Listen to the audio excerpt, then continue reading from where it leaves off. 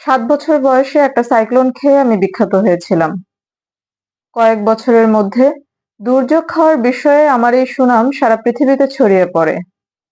কোথাও কোনো বন্যা, টর্নেডো, দাবদাহ বা দুর্ভিক্ষ হলে আমার ডাক পড়তো। আমি খেয়ে আসতাম। এরপর পৃথিবীতে একদিন তৃতীয় বিশ্বযুদ্ধ শুরু হলো।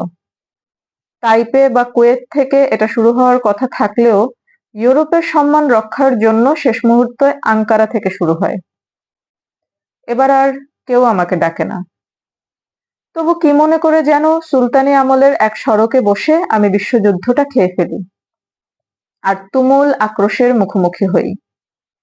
উত্তর সন্দেহ করলো পূবের স্বার্থ রক্ষায় আমি এই কাজ করেছি। পূব ভাবলো পশ্চিমের আর পশ্চিম ভাবলো দক্ষিণের। দক্ষিণ কিছু ভাবেনি, কেননা এ বিষয়ে তাদের না ভাবার জন্য আগে থেকে প্রস্তাব পাশ করা ছিল। তাদের ঢের মতানৈক্যের মধ্যেও তবু আমাকে হত্যা করার বিষয়ে তারা সবাই একমত হলো। প্রথমে তারা আমাকে বৈদ্যুতিক শক দিয়ে মারবার কথা ভেবেছিল। আমি বিদ্যুৎ খেয়ে ফেলতে পারি ভেবে সেই চিন্তা থেকে তারা সরে আসে। আটলান্টিকে ডুবিয়ে মারার পরিকল্পনাও শেষ মুহূর্তে বাদ পড়ে। একবার ফাঁসিতে ঝোলানোর আলোচনাও হয়েছিল। পরে তারা ভাবে আমাকে ওইখানে নিলে আমি মঞ্চসহ ফাঁসি খেয়ে ফেলতে পারি। তারা আর সিদ্ধান্ত নিতে পারে না। উদ্বেগ বাড়তে থাকে। তাদের উদ্বেগ দেখে আমি হাসি। গরুর দল জানে না, একটা বিশ্বযুদ্ধ খেয়ে ফেলার পর মানুষের আর খাবার রুচি থাকে না। গভীর অর্থপূর্ণ চমৎকার এই কবিতাটা লিখেছেন ইমতিয়াজ মাহমুদ। কবিতাটা আছে ইমতিয়াজ মাহমুদের লেখা কালো কৌতুক বইয়ের 51 নম্বর পৃষ্ঠায়। এই কালো কৌতুক বইয়ে কবিতা আছে মোট 34টি। বইয়ের কলেবর অত্যন্ত ছোট, মাত্র 56 পৃষ্ঠার। কিন্তু এই 56 পৃষ্ঠায় লেখা 34টা কবিতা নিয়ে সম্ভবত 34 ঘন্টা আলাপ করা যাবে। আমি এইমাত্র যে কবিতাটা পড়লাম সেই কবিতাটার নাম রুচি। এই বইয়ে আমার এই কবিতাটাই সবচেয়ে বেশি ভালো লেগেছে। এছাড়াও 34টা কবিতার মধ্যে আমি যদি আমার ভালো লাগার কবিতাগুলোর কথা বলি, তাহলে ঈদ, অসার্থকতা, জীবনের প্রকার, একদিন, ইনসমনিয়া, চিঠি, চোখ, এলিজি, বাজার, সফলতা এবং এই যে কবিতা পাঠ করলাম রুচি, এই কবিতাগুলো আমার অসম্ভব রকম ভালো লেগেছে। এবং এর বাইরেও এই যে 34টা কবিতা, আমি মনে করি প্রত্যেকটা কবিতাই বিষণ্ণ রকমের সুন্দর। মানে এই কালো কৌতুক বইটা এমন একটা বই, এটা প্রতিটা কবিতা বারবার করে পড়তে ইচ্ছা হবে এবং একটা কবিতা পড়ার পরে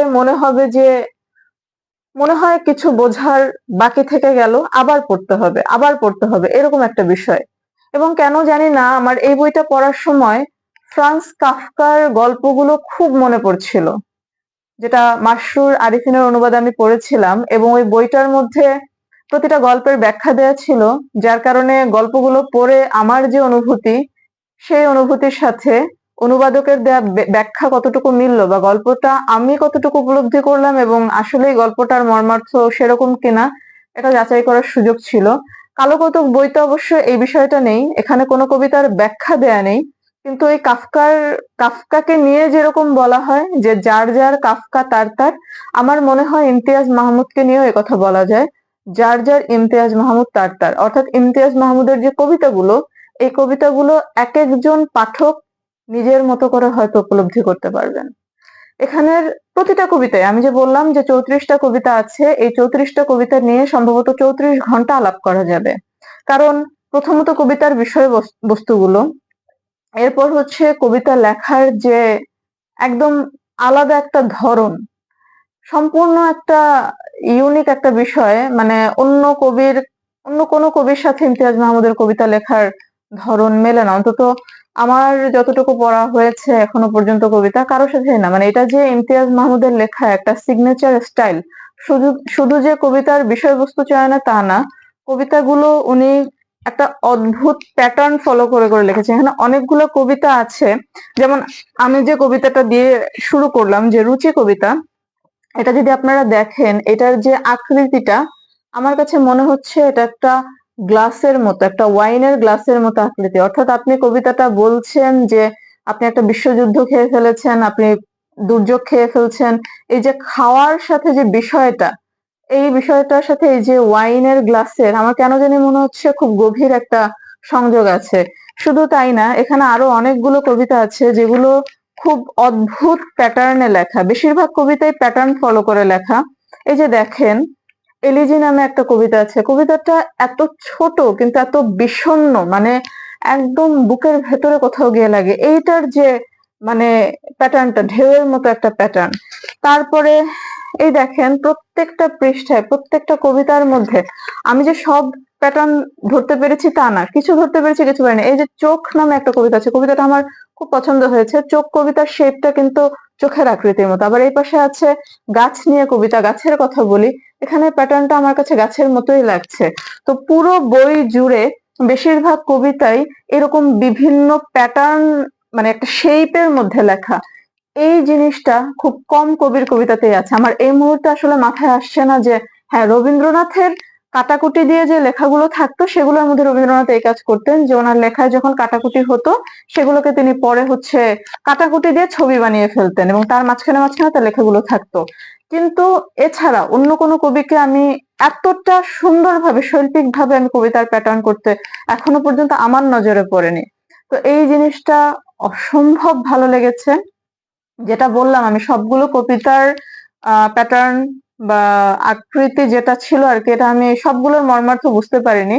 তো ওই মুহূর্তটা আমার মনে হচ্ছিল যে মাসরুর আরিফিন যেমন কাফকাকে ব্যাখ্যা করেছেন, ইমতিয়াজ মাহমুদকে ব্যাখ্যা করার জন্য কেউ থাকলে হয়তো ভালো হতো। যদিও কাফকা প্রয়াত হয়েছেন অনেক আগে এবং মাসরুর আরিফিন অনেক বছর গবেষণা করে তারপর তাকে ব্যাখ্যা করার সাহস করেছেন। ইমতিয়াজ মাহমুদ এখনো জীবিত আছেন, আল্লাহ তাকে নেখায়াত দান করুক।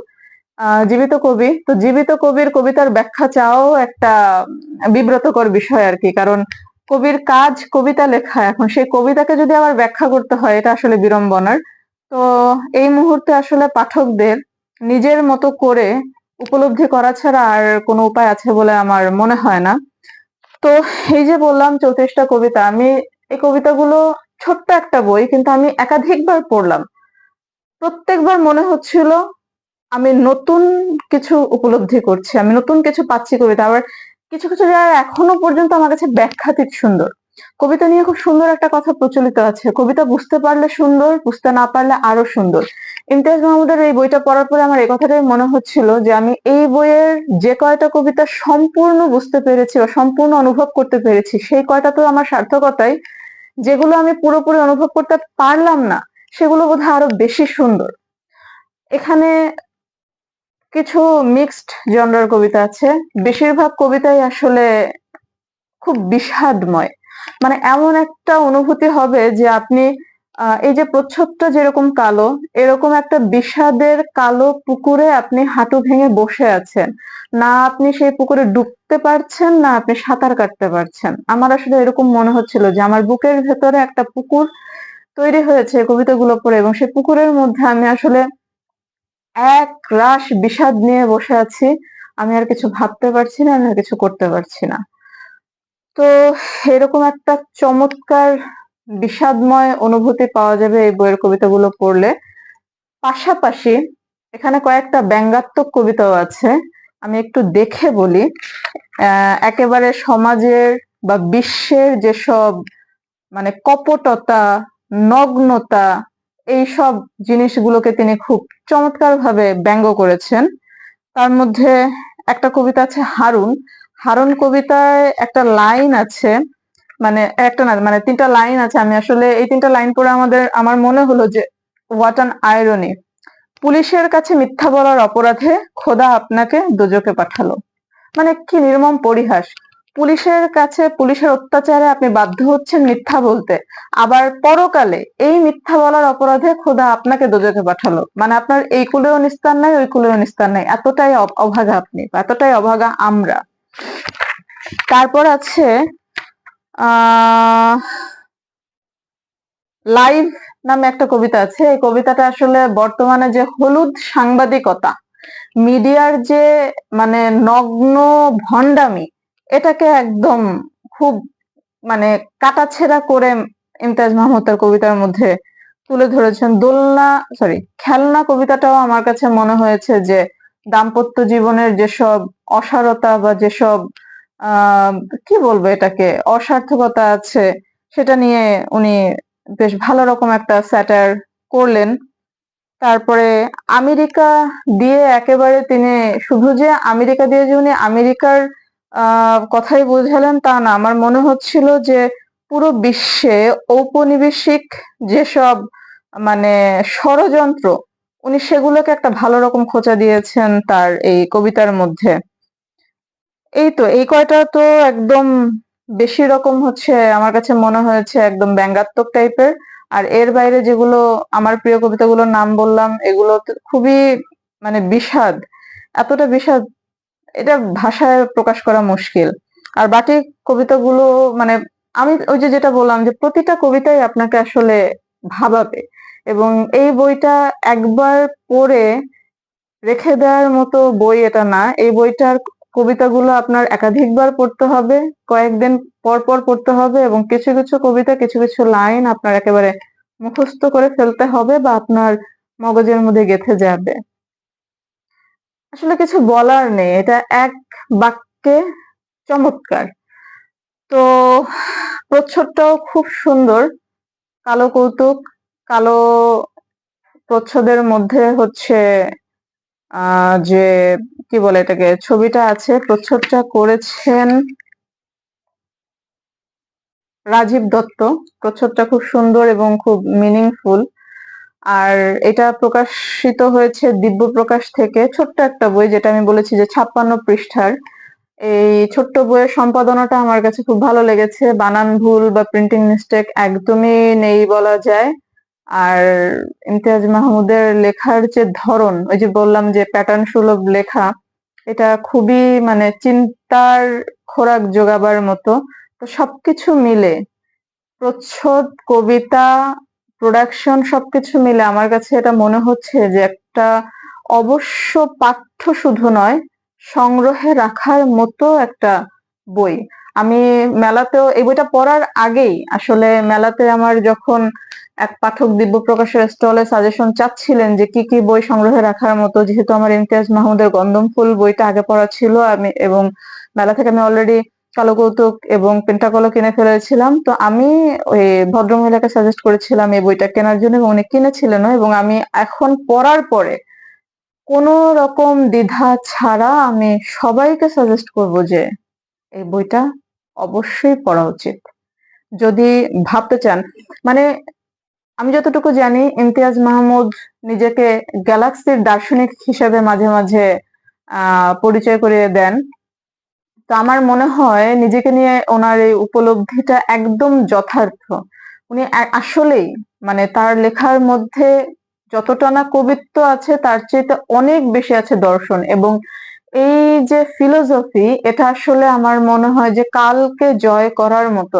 এবং একজন লেখক, তিনি লেখক হন বা কবি হন, তিনি তার এই ফিলোসফিটা যখন সময়কে অতিক্রম করতে পারে, তখনই তিনি সাহিত্যে পাকাপোক্তভাবে আসন করে নিতে পারেন বলে আমার মনে হয়। তো এই কালো কৌতুক বইটা আমার মনে হচ্ছে বাংলা সাহিত্যে একেবারে মানে স্থায়ীভাবে আসন করে নিয়েছে এবং স্থায়ীভাবেই থেকে যাবে, এটা আমার বিশ্বাস। তো আমি সবাইকে দ্বিধাহীনভাবে বলছি এই বইটা অবশ্যই পড়বেন এবং সম্ভব হলে সংগ্রহে রাখবেন। It's a must read one. ধন্যবাদ সকলকে।